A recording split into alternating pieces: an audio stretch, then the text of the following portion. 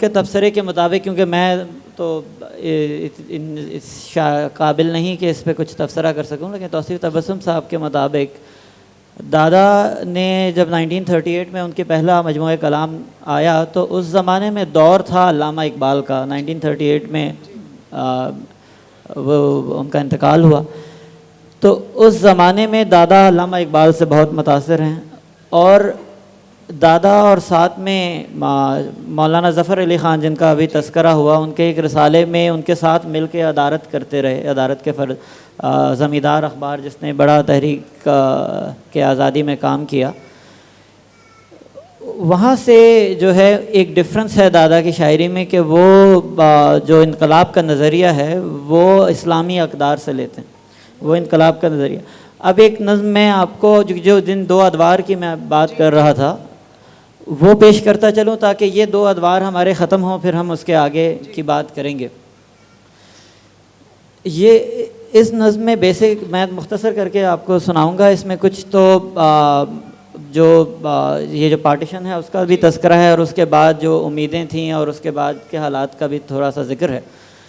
تو کہتے ہیں کہ دو بدو ہونا ہے اے دل مہربانوں سے، مجھے بات کرنی ہے وڈیروں اور خانوں سے. مجھے دو بدو ہونا ہے اے دل مہربانوں سے، مجھے بات کرنی ہے وڈیروں اور خانوں سے. مجھے سر کو ٹکرانا ہے دولت کی چٹانوں سے، مجھے پوچھنا ہے کچھ وطن کے پاسبانوں سے. مجھے سیدھی سادھی بات کا ہوتا نہیں ان پر اثر، اب ہمیں کہنا ہے ان سے کچھ بانداز دیگر.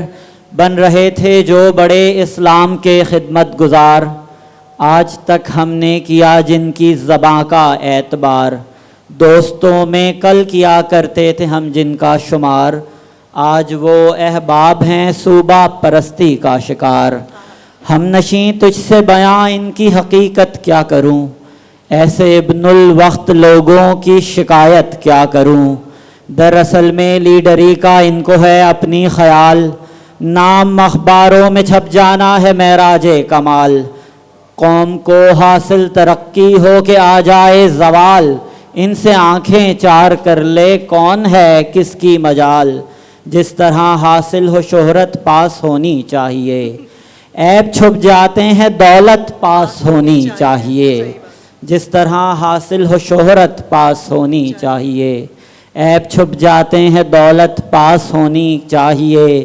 اور ملک میں عزت امیروں کی بڑھائیں تو غریب، ان کے محلوں کے لیے دولت کمائیں تو غریب. چار چاند ان کی عمارت کو لگائیں تو غریب، نام پر اسلام کے گردن کٹائیں تو غریب. دہر میں بھی راحت نہیں ہے بد نصیبوں کے لیے، قید ہے اسلام کی گویا غریبوں کے لیے. ہے سب آرام اور آسائش امیروں کے لیے، رہزنی کی بھی اجازت ہے شریروں کے لیے. راہ پر پابندیاں ہیں راہگیروں کے لیے، موٹریں آتی ہیں باہر سے وزیروں کے لیے. مہکدہ بردوش ٹھیکے دار ہیں ایمان کے، صاف تو یہ ہے کہ دشمن ہیں یہ پاکستان کے. مہکدہ بردوش ٹھیکے دار ہیں ایمان کے، صاف تو یہ ہے کہ دشمن ہیں یہ پاکستان کے. اور جن کے ہاتھوں میں ہے اب رخش امارت کی لگام، ان کو کیا معلوم کیا ہوتا ہے عامل کا مقام. کس طرح قائم رہے گا ان کے ہاتھوں یہ نظام، جن سے ہو سکتی نہیں ہے نفرتوں کی روک تھام. ہوں اگر بے کس ہزاروں زیز سے بیزار ہیں، ان کو کیا کوٹھی پہ ان کی چار پہرے دار ہیں. ارے قوم کا گلشن اجڑتا ہے اجڑنے دیجئے، حق پہ اب کوئی بگڑتا ہے بگڑنے دیجئے. کوئی سردی میں سکڑتا ہے سکڑنے دیجئے، دم اکھڑتا ہے کسی کا تو اکھڑنے دیجئے. امن پر بجلی گراؤ جاگ اٹھے روح فساد، کان میں آتے رہیں بس نعرہائے زندہ باد. امن پر بجلی گراؤ جاگ اٹھے روح فساد، کان میں آتے رہیں بس نعرہائے زندہ باد. اور کچھ باتیں جو بعد میں ہوئیں اس کے کہ دل لگی میں دوست کہتے ہیں ستانے کے لیے. کب کہا تھا ہم نے امرتسر سے آنے کے لیے؟ کب گئے تھے ہم تمہیں یو پی سے لانے کے لیے؟ منع ہم نے کب کیا تھا لوٹ جانے کے لیے؟ ہے دکھاوے کی جوانی آخرش کس کام کی؟ پیٹ پر پتھر دھرو خدمت کرو اسلام کی۔ ہے دکھاوے کی جوانی آخرش کس کام کی؟ پیٹ پر پتھر دھرو خدمت کرو اسلام کی۔ وقت کی سرگرمیوں کا کیا کریں شکوہ حضور؟ باپ دادا تھے مسلمان ہے یہ ایک جدی قصور۔ کیوں نہ دھتکاریں ہمیں اب آپ سے عالی شعور؟ ان بزرگوں کا کیا ہم کو بھگتنا ہے ضرور۔ یہ ہیں لیڈر، ان کے قبضے میں ہے ساری کائنات۔ ان کے دم سے ہے یہاں اچھی بری ہر واردات۔ نام بھی ان کا بڑا ہے اور بڑی ہے ان کی بات۔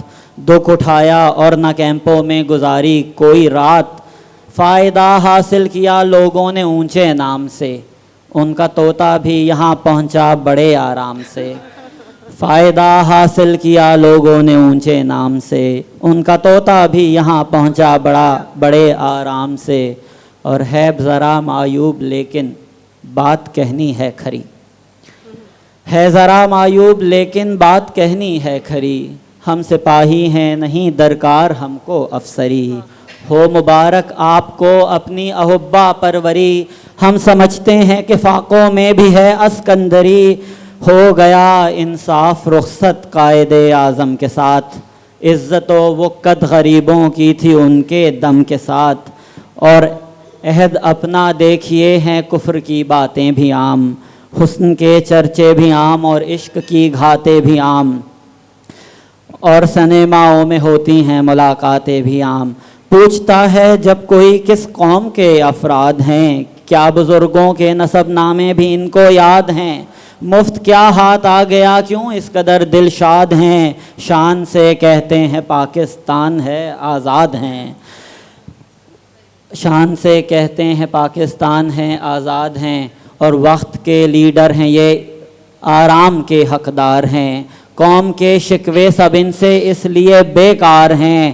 زندہ باد ہے انقلاب، ایک انقلاب اور آئے گا، چلتے پھرتے ایسے لوگوں کو نہ دیکھا جائے گا۔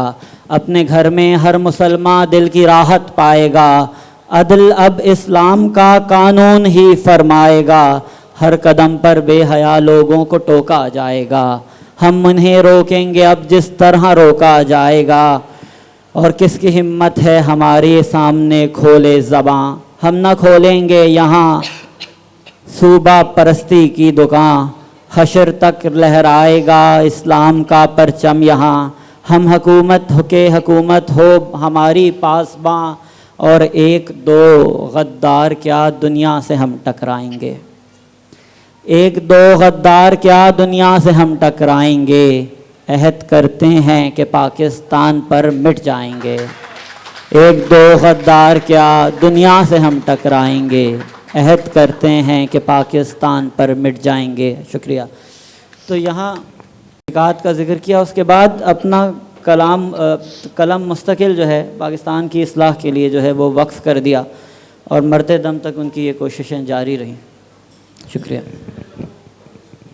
یہاں پہ جس طرح تابش نے ذکر کیا میر زیدی صاحب کے کلام پہ کن کن چیزوں سے وہ متاثر رہے، پہلے جب انقلابی دور چل رہا تھا تو وہ لکھا، پھر پارٹیشن کے بعد جو لکھا، تو مجھے مظفر رزمی صاحب کا ایک شعر یاد آ گیا جو پارٹیشن کے لیے ہی انہوں نے لکھا تھا، اور وہ شعر واقعی ایسا ہے کہ اس پورے دور کو جو وہ ایک کہا جا سکتا ہے کہ قیامت سے کم دور نہیں گزرا ان لوگوں کے لیے بھی جنہوں نے وہ جھیلا، جن کے اوپر وہ گزرا بلکہ آج تک گزر رہا ہے۔ تو مظفر رزمی صاحب کہتے ہیں کہ وہ جبر بھی دیکھا ہے تاریخ کی نظروں نے، وہ جبر بھی دیکھا ہے تاریخ کی نظروں نے، لمحوں نے خطا کی تھی صدیوں نے سزا پائی۔ تو ایک شعر یہ ہے کہ بہت کچھ سوچنا ہے آج بھی تقسیم سے آگے، بہت کچھ سوچنا ہے آج بھی تقسیم سے آگے، ابھی ہیں الجھنیں اولاد ابراہیم کے آگے، واہ واہ واہ، ابھی ہیں الجھنیں اولاد ابراہیم کے آگے۔ شکریہ۔ جہاں ہم بات کر رہے ہیں انقلاب کی، تو دیکھیے انقلاب، عشق، محبت، یہ سب چیزیں میرے خیال سے ایک ہی کھوج یا ایک ہی رخ انسان کو لے کے جاتی ہیں. تو اب ہم ایک غزل سنیں گے سید مہران کی آواز میں. عشق محبت کے افسانے کل بھی تھے اور آج بھی تھے، آج بھی ہیں. یہ کمپوزیشن انہی کا ہے، اور یہ شروع، یہ مصرع سن کے آپ کو لگ رہا ہوگا کہ چلیے کچھ عشق محبت کی باتیں ہو رہی ہیں. اب آپ یہ دیکھیے کہ یہ کس عشق محبت کی باتیں ہو رہی ہیں اور کہاں پہنچتا ہے یہ کلام.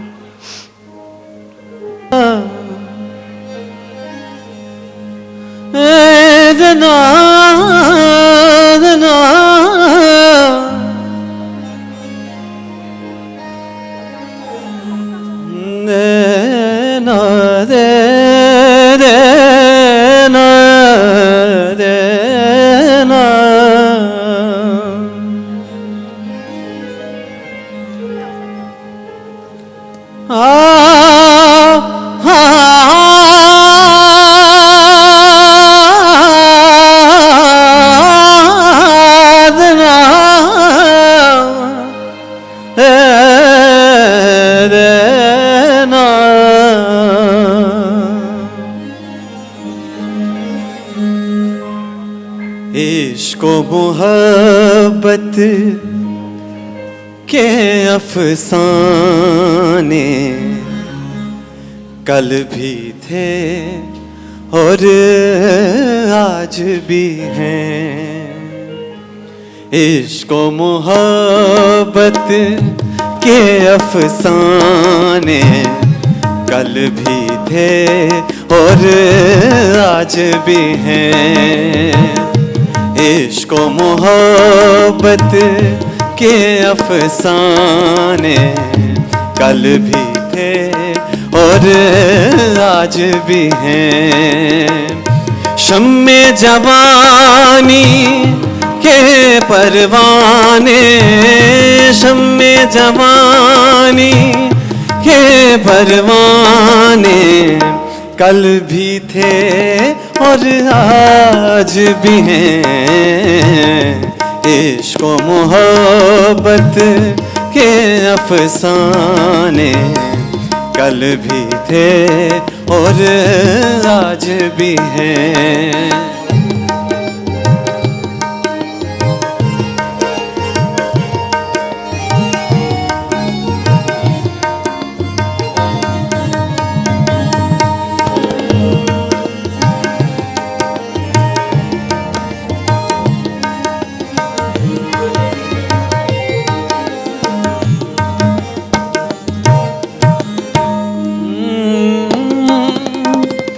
محفل میں دل سوز ترانے، محفل میں دل سوز ترانے کل بھی تھے اور آج بھی ہیں. محفل میں دل سوز ترانے، محفل میں دل سوز ترانے کل بھی تھے اور آج بھی ہیں. لوگ نئے اور زخم پرانے، لوگ نئے اور زخم پرانے کل بھی تھے اور آج بھی ہیں. لوگ نئے اور زخم پرانے کل بھی تھے اور آج بھی ہیں. عشق و محبت کے افسانے کل بھی تھے اور آج بھی ہیں.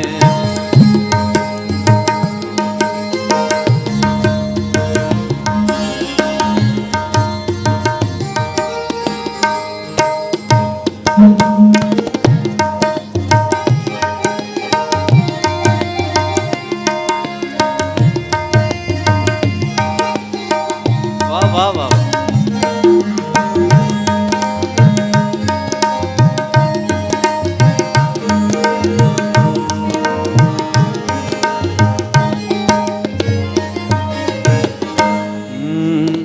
مزدوروں کے خواب سہانے مزدوروں کے خواب سہانے مزدوروں کے خواب سہانے مزدوروں کے خواب سہانے کل بھی تھے اور آج بھی ہیں مزدوروں کے خواب سہانے مزدوروں کے خواب سہانے کل بھی تھے اور آج بھی ہیں دھن والوں کے تانے بانے دھن والوں کے دھن والوں کے تانے بانے دھن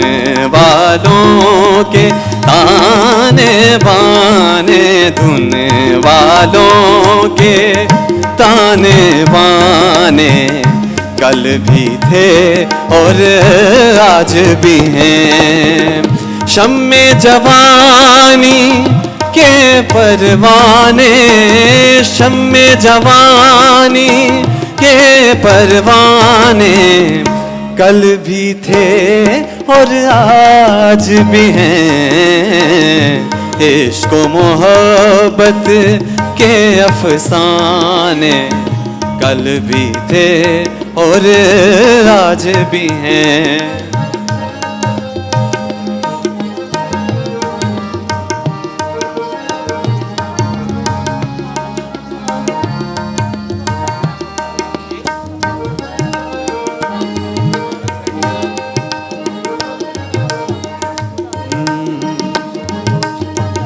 سچ کہتے ہیں دنیا والے سچ کہتے ہیں کہنے والے مہر ہے دانے دانے پر سچ کہتے ہیں کہنے والے سچ کہتے ہیں کہنے والے مہر ہے دانے دانے پر کچھ لوگوں کے گھر میں دانے کچھ لوگوں کے گھر میں دانے کل بھی تھے اور آج بھی ہیں کچھ لوگوں کے گھر میں دانے کل بھی تھے اور آج بھی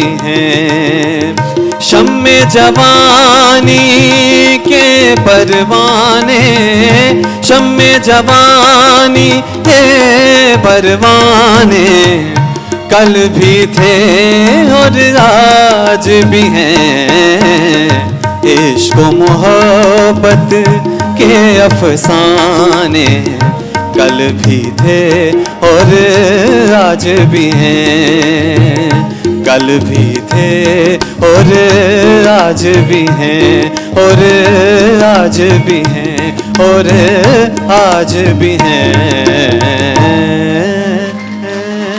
تھینک یو بہت خوب مہران عشق محبت کے پروانے افسانے کل بھی تھے اور آج بھی تو ایک قصہ میں نے ان کا سنا ہے اس کا ذکر یہاں میں کرنا چاہوں گی وہ جیسا آپ نے کہا کہ بہت متاثر تھے علامہ اقبال صاحب سے تو ایک کہیں کچھ انہوں نے جیسے علامہ اقبال نے لکھا جواب شکوہ ایسے ہی کچھ قصہ ان کا بھی ہوا تھا کسی مشاعرے میں انہوں نے کچھ جو ہے بہت طویل کچھ نظم لکھ دی تھی صنف نازک کے اوپر بڑے اچھے انداز میں کچھ کمنٹس کس کے کچھ ان کی تعریفیں کر کے پھر اس پہ بہت اعتراضات بھی سنا ہوئے تھے کچھ لوگوں کو تو وہ ذرا آپ قصہ بتائیں. جی واقعہ کچھ ایسا تھا ایک سوات ایک جگہ ہے صوبہ سرحد میں وہاں پہ مشاعرہ تھا جس کی صدارت ڈاکٹر ضمیر جعفری صاحب فرما رہے تھے. دادا بھی موجود تھے واسف صاحب کے والد صاحب بھی موجود تھے. اس مشاعرے میں دادا نے ایک نظم لکھی. دادا کی کتاب ہے مینائے فطرت کے نام جو حوا کے نام کی گئی ہے اور اس میں تمام جتنی بھی نظمیں ہیں وہ وومن امپاورمنٹ میں ہے، زیادہ تر خواتین کو بہتر انکریج کرنے میں اس زمانے میں کہی جا رہی تھیں. انہوں نے جان بوجھ کے ایک نظم لکھی جس میں مرد خواتین کے متعلق اس زمانے میں کیا سوچتے تھے، جو اپنی تنگ نظری کا اظہار، ایک طویل نظم انہوں نے، اور بڑے اس میں طنز و مزاح کے ساتھ وہ پیش کی گئی.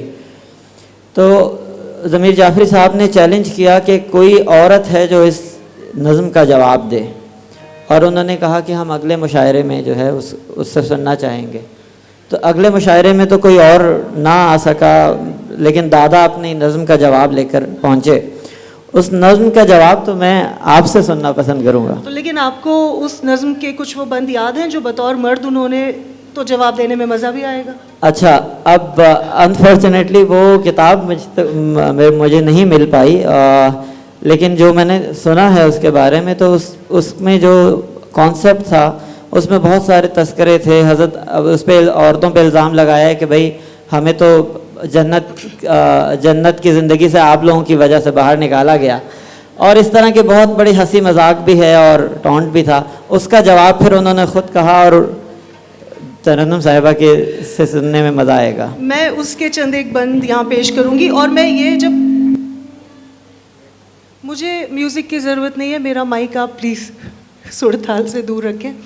جب میں یہ پڑھ رہی تھی نظم، اور جو ایک خاتون کے نظریے سے انہوں نے جواب دیا ہے، تو اس میں جو جوابات تھے، جس طرح کے تیر لوٹائے ہیں ایک عورت نے بطور جواب، تو اندازہ یہ ہو رہا تھا کہ جب انہوں نے بطور مرد لکھا ہوگا تو کیا ہی تانا کشی کی ہوگی، اور کیا ہی بھگو کے چھوڑا ہوگا، جو یہ پھر جواب میں انہوں نے لکھا.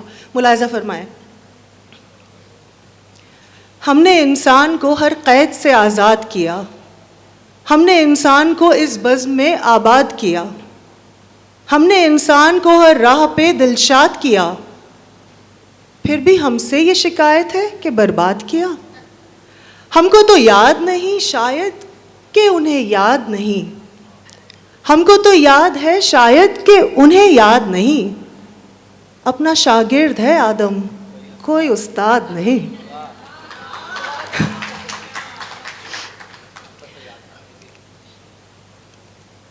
ہم نے انسان کو ہر راہ پہ دلشاد کیا، پھر بھی ہم سے یہ شکایت ہے کہ برباد کیا. ہم کو تو یاد ہے شاید کہ انہیں یاد نہیں. اپنا شاگرد ہے آدم، کوئی استاد نہیں. کیا سمجھتے ہو ہمیں قوم کی تقدیر ہیں ہم، خواب آزادی انسان کی تعبیر ہیں ہم، اور میدان میں چمکتی ہوئی شمشیر ہیں ہم. کون کہتا ہے کہ برباد ہیں، دلگیر ہیں ہم. ہم جو اٹھیں تو یہ دنیا ہی بدل جائے گی، درد کی پھانس کلیجے سے نکل جائے گی. غم سے بھڑکے ہوئے شعلوں کو بجھانے کے لیے، اپنے قدموں پہ ستاروں کو سجانے کے لیے، غم سے بھڑکے ہوئے شعلوں کو بجھانے کے لیے، اپنے قدموں پہ ستاروں کو جھکانے کے لیے، قوم کے نام پہ تلوار اٹھانے کے لیے، آج سوئی ہوئی قسمت کو جگانا ہی پڑا. ہو کے مجبور ہمیں سامنے آنا ہی پڑا، ہو کے مجبور ہمیں سامنے آنا ہی پڑا. تو یہ کیا نظم انہوں نے لکھی ہوگی اور کیا یہ جواب لکھا ہوگا؟ اگر وہ پوری کہیں مل جائے تو پلیز. کوشش تو ہے. اصل میں ایک المیہ یہ رہا کہ دادا کی تقریباً 10 کتابیں شائع ہوئیں، جس میں سے میرے پاس صرف 3 میسر آ سکیں، اور باقیوں کی تلاش ابھی بھی جاری ہے. کیا کیا کلام ہوگا وہ میں سوچتا ہوں. اس کے علاوہ 20 کتابیں غیر مطبوعہ تھیں، وہ ایک جگہ لکھتے ہیں ایک آرٹیکل میں. وہ بھی قوم کا سرمایہ ہے اگر مل سکے. عورتوں پہ کے متعلق بہت زیادہ براڈ مائنڈڈ تھے. اپیا کی جو والدہ ہیں ان کا ذکر یہ فرمائیں کہ کس طریقے سے وہ بتاتی ہیں. میری جو والدہ ہیں وہ ان کو ہاسٹل میں لے کے گئے. اس زمانے میں عورتوں کی پڑھائی کے اوپر بھی بالکل بالکل جی. اور ہاسٹل میں جانا تو بہت مایوس سمجھا جاتا تھا. مگر میری والدہ نے اس روایت کو توڑا اور ان کا بہت بڑا ہاتھ تھا والد کا. انہوں نے اردو میں پشاور یونیورسٹی سے پوسٹ گریجویٹ جی. اور یہ ساری انہیں کی کاوشیں تھی، جس کی وجہ سے جو لوگ انہوں نے